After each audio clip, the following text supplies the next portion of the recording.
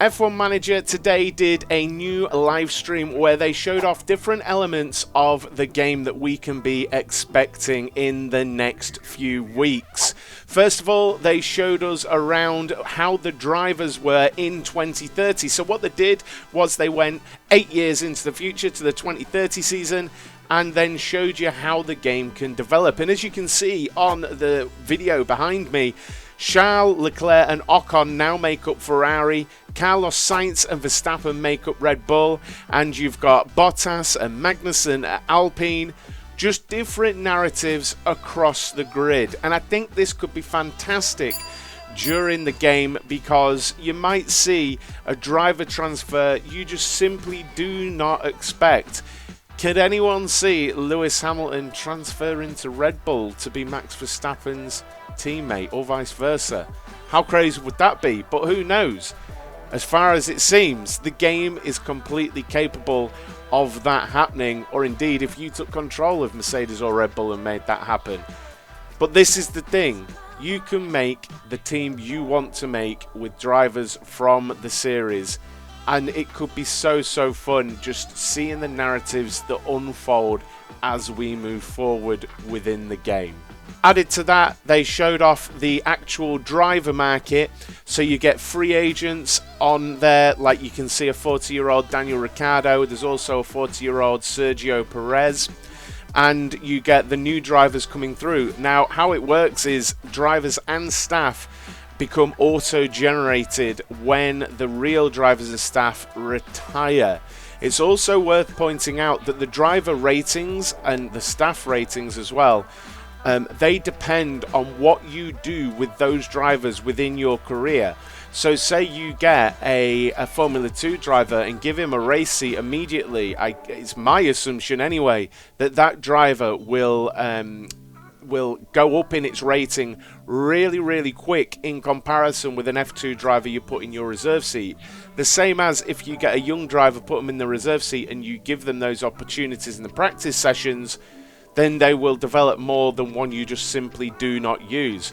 But this makes it really interesting because you could sign a Fernando Alonso, you could sign a Sebastian Vettel, and you could have a young driver as well, so you could get some immediate pace with that proven driver, but also be developing someone young coming through. Do you want 2 experienced drivers for your team? Do you want 2 young drivers for your team?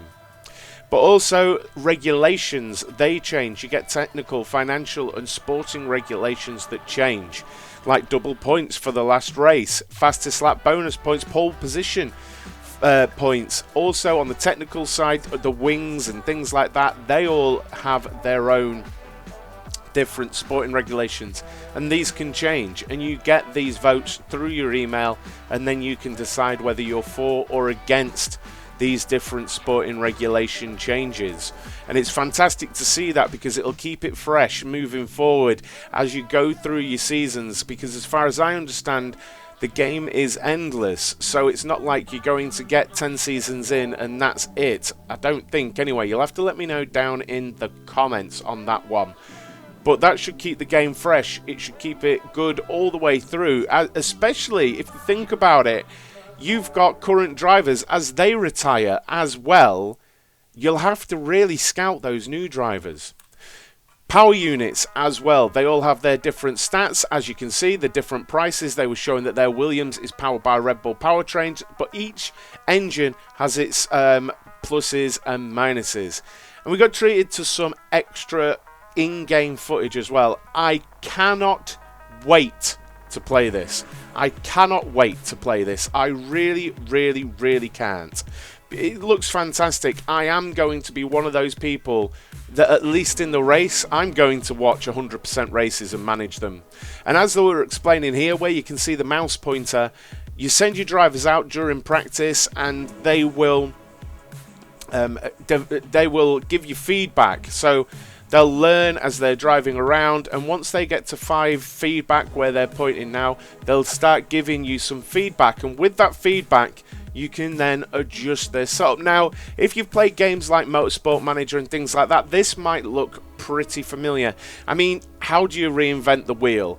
I can't really blame Frontier Developments F1 Manager that they've gone this direction, because how else would you approach it? This is literally what happens. You give them a setup, the driver goes out, they test that setup, they come back to you with feedback, you make changes. That is the cycle of what happens.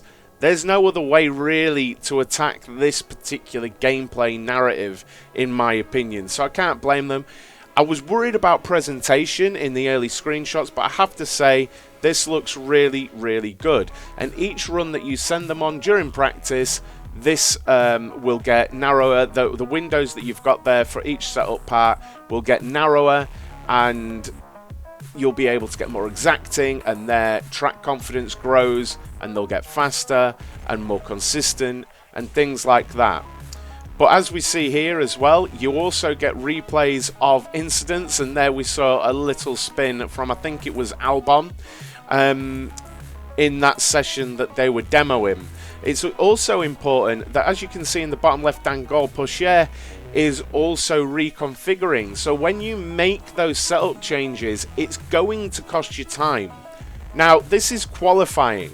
How good does that look? I can't wait. Like, it's very important, because people have been confused by this. It's very important to point out, you will not be driving. You can micromanage pace, you can micromanage how they treat the tyres, and all ERS and things like this, fuel usage, but you cannot drive the car. This is a manager game. It's like playing Football Manager and FIFA. You've got FIFA to play it, Football Manager to manage it. Same here. We've got the Formula 1 game to drive it, and you've got F1 Manager to manage it. And as you can see here, they're into the race, and you can manage all of the outcomes within the race. So here, they'd messed up qualifying. They sent Porsche out in traffic. He qualified at the back, so they decided to put him onto hard tyres. A long stint. We see this within Formula 1. And also Alex Albon there for Williams. Williams had improved by 2030, is in 6th place. And me, I just can't wait for this. This is exactly my kind of game. I really, really cannot wait to just micromanage everything about a race and see those strategies unfold and try and get one up on people. This is a single player game. But one thing I have wondered, and I'm not sure, please do let me know down in the comments, I wonder how moddable this game is going to be.